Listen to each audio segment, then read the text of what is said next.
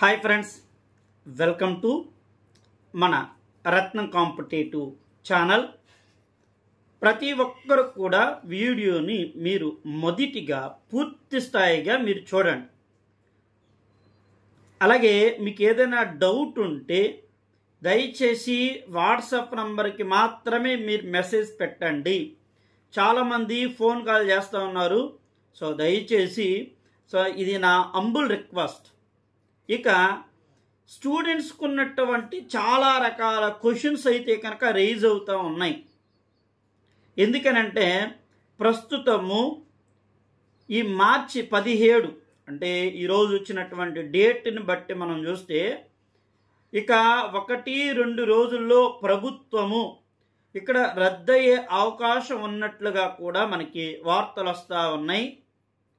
మరియు అలాగే election code కూడా మరి వస్తున్నటువంటి నేపథ్యం. ఎలక్షన్ కోడ్ రాకముందు జీవోల్ది ఏమంటే అమలు చేయటం వేరు. ఈ విషయం టెక్నికల్గా సాంకేతిక పరంగా ఇంకా ఫైనల్ డిసిషన్ అంతా కూడా ఎవరి మీద ఉంది అంటే ఎలక్షన్ కమిషన్ మీద ఆధారపడి ఉంది. సో ఈ విషయాన్ని మీరు దృష్టిలో పెట్టుకోండి. చాలామంది అభ్యర్థులు, నేను మీకు ఇస్తున్నటువంటి మరొక ముఖ్యమైనటువంటి సలహా అండి. ఫస్ట్ దయచేసి మీరందరూ అభ్యర్థులందరూ కూడా మొదటిగా మీరు ప్రిపరేషన్ ఎవ్వరు కూడా ఆప్ చేయకండి. సో ప్రిపరేషన్ని చక్కగా ప్రాక్టీస్ ఉన్నటువంటి ఈ సమయం చాలా విలువైనటువంటిది కాబట్టి ప్రతి ఒక్కరు కూడా ప్రాక్టీస్ అనేది చేయటానికి మీరు సిద్ధం చేయండి. ఇక మరి న్యాయపరమైనటువంటివి ఏంటి అంటే ఇక్కడ మీరు ఆలోచించండి. ఎలక్షన్ కోడ్ గనక వస్తే ఈ 2 రోజుల్లో మార్చి 30 నుంచి మనకి మార్చి 20 నుంచి కూడా వెబ్ ఆప్షన్స్, హాల్ టికెట్లు డౌన్లోడ్ అన్నీ పెట్టారు. అంటే వాటికంటే ముందుగానే ఎలక్షన్ కోడ్ అనేది మనకి రాబోతుంది. ఇది చాలా స్పష్టంగా అయితే కనుక మనకు తెలిసింది. ఎలక్షన్ కోడ్ అయితే కనుక వస్తుంది కాబట్టి ఎలక్షన్ కోడ్ వచ్చిన తర్వాత ఏ విధమైనటువంటి పరీక్షలు కానీ నిర్వహించేటువంటిది లేదు. దాంట్లో డౌట్ లేదు. ఎందుకంటే టెక్నికల్గా సాంకేతిక పరంగా కూడా చాలా విషయాలు రైజ్ అవుతున్నాయి. అలాగే డిఎస్సి అభ్యర్థులు కూడా ఇప్పుడు మేము ఎమ్మెల్యేగా పోటీ చేయాలి, సో మాకు సమయం కావాలి అని వారు అడుగుతూ ఉన్నటువంటి పరిస్థితి. ఇదంతా కూడా మరి ఎలక్షన్ కమిషన్ ఏం చేస్తుంది అన్నది. సో ఇది రాజ్యాంగబద్ధమైనటువంటి సంస్థ కాబట్టి రాజ్యాంగబద్ధమైనటువంటి సంస్థకి అధికారాలు ఉన్నాయి. ఇవి దృష్టిలో పెట్టుకోండి ఫ్రెండ్స్, ఓకేనా. ఇక చాలామంది మీరు తెలుసుకోవాల్సినటువంటి మరొకటి, ఓకే సార్ నిన్న వచ్చినటువంటి గ్రూప్ 1నే ఇక్కడ రద్దు చేయబడింది. ఎప్పుడు నేను ఈ విషయాలు చాలా సందర్భాల్లో మీకు చెప్పాను. చాలామందికి అర్థం కాలే. రత్నం సార్ అలాగే చెప్తాడులే, రత్నం సార్ ఎట్లాగే అంటాడులే అనుకున్నారు. ఆఫ్కోర్స్ కానీ మీరు ఇప్పుడు కోర్టు నుంచి వచ్చిన తర్వాత కూడా చాలామందికి ఎలా ఉందంటే ఎప్పుడైనా అందులో న్యాయ ప్రక్రియ ఉన్నది అని న్యాయస్థానాలు భావించినట్లయితే అది ఎప్పటికైనా కానీ రద్దు చేసే అధికారం కోర్టులకు ఉంది. నువ్వు ఎక్కడికి వెళ్ళినా కానీ, ఏ కోర్టుకి వెళ్ళినా కానీ అందులో న్యాయము ఉన్నది అని న్యాయస్థానాలు భావిస్తే కనుక అభ్యర్థులకు అంటే న్యాయ ప్రక్రియ తీర్పు అనేది రావడం జరుగుతుంది. అందుకని అది అభ్యర్థుల యొక్క విజయంగా నిన్న చూసాం.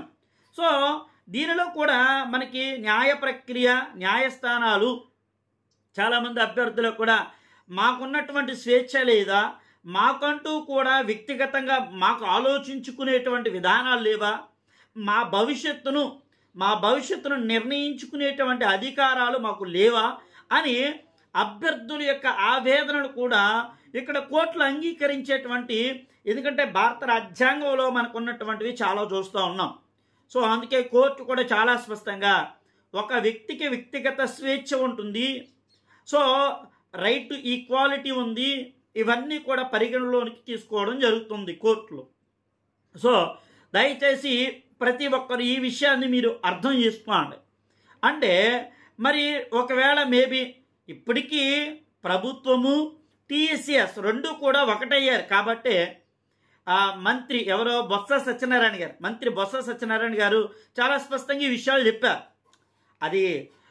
అది ప్రభుత్వానికి ఉన్నటువంటి విధానాలు. ఓకేనండి.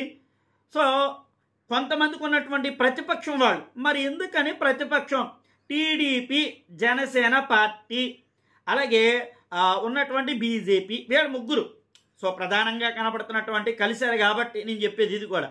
మన అధికార పక్షంలో ఉన్నటువంటి వైఎస్ఆర్సీపీ, సో అధికార పక్షంలో ఉన్నటువంటి వైఎస్ఆర్సీపీ మరి ఎందుకని వీరు ఇంకా వీటి మీద అంటే ప్రతిపక్షంలో ఉన్నటువంటి వారు ఎందుకు అడగలేకపోతా ఉన్నారు? అది ఒక రకమైనటువంటి బాధాకరం అండి. అది ఒక రకంగా బాధాకరమైనటువంటి విషయం. అంటే ఇక్కడ ఇంతమంది షర్మిల గారు ఎక్కడ తెలంగాణలో అయితే కనుక సో మామూలుగా కాదు, ఆ ధర్నాలు గిర్నాలు రకరకాలుగా రకరకాలుగా చేస్తూ ఉన్నారు. మరి ఈరోజు డిఎస్సి అభ్యర్థుల గురించి వారికి ఇచ్చిన సమయం ఏంటి, వారికి ఇచ్చిన పోస్టులు ఏంటి, వారి యొక్క విధానాలు ఏంటి ఒక్కసారి ఆయన అడుగుతున్నారా? ఒకసారి మీరు ఆలోచించండి. ఎందుకంటే ఇప్పుడు ఒక హడావిడి అయిపోయింది. కానీ చదువుతున్నారు, ప్రాక్టీస్ చేస్తున్నారు, అయినా కానీ ఒక రకంగా ఎక్కడ మిగిలిపోతుంది, ఎక్కడ తరిగిపోతుంది ఏంటి అనేది చాలామంది అభ్యర్థుల్లో దిగులు ఉంది, గుబులు ఉండిపోయింది. ఇది మరి ప్రభుత్వము, అధికార ప్రతిపక్షం వాళ్ళ యొక్క విధానాలు ఏంటి, వాళ్ళ వైఖరి ఏంటంటే చెప్పలేకపోతున్నాం. ఎందుకంటే వాళ్ళు మాట్లాడలేకపోతున్నటువంటి పరిస్థితి. ఎప్పుడు మాట్లాడతారు అంటే సో ఇదొక ఫైనల్ ఎగ్జామ్ అన్నమాట. ఈ పార్టీలకు ఫైనల్ ఎగ్జామ్ ఏంటంటే ఈ ఉన్నటువంటి ప్రతిపక్ష అధికార పక్షాలకు రేపు ఓట్లు అడుగుతున్నటువంటి ఇదొక వాళ్ళకి ఎగ్జామ్. ఇది నిజంగానే సో వారికే చిత్తశుద్ధి, విశ్వసనీయత, నేను చాలా పెద్ద పదాలు ఉపయోగిస్తున్నాను ఫ్రెండ్స్, ఓకేనా? సో చిత్తశుద్ధి, విశ్వసనీయత అనేది ఉంటే డిఎస్సి అభ్యర్థుల యొక్క మనోగతాలు, మనోభావాలు ఇవన్నీ కూడా ఆలోచించాలి. సో ఇప్పటికీ చాలామంది కూడా చాలా రకరకాలుగా వాళ్ళు యాప్లు అమ్ముకోవడానికి, బుక్స్ సేల్ చేసుకోవడానికి చాలా రకరకాలుగా ప్రయత్నాలు చేస్తున్నారు. సో అది వారికి ఉన్నటువంటి బిజినెస్ మైండ్, నేను దాన్ని తప్పు పట్టట్లేదు, ఒకటి ఆలోచించుకోండి, అర్థమైందా? సో కానీ స్టూడెంట్ కోసం మంచిగా అంటే జరుగుతున్నటువంటి న్యాయ ప్రక్రియలను కూడా మనం స్టూడెంట్కి అర్థమయ్యే విధానంలోనికి చెప్పాలి ఈరోజు. సో అలా నువ్వు చెప్పగలిగితేనే స్టూడెంట్ కూడా కొంచెం ఆ భారము, ఆ దిగులు అంతా పోతుంది. ఎందుకంటే ఎలక్షన్ కోడ్ మీద ఆధారపడి ఎన్నికల కమిషన్ ఏది చెప్తే అదే ఫైనల్. మీకు అర్థమైందండి?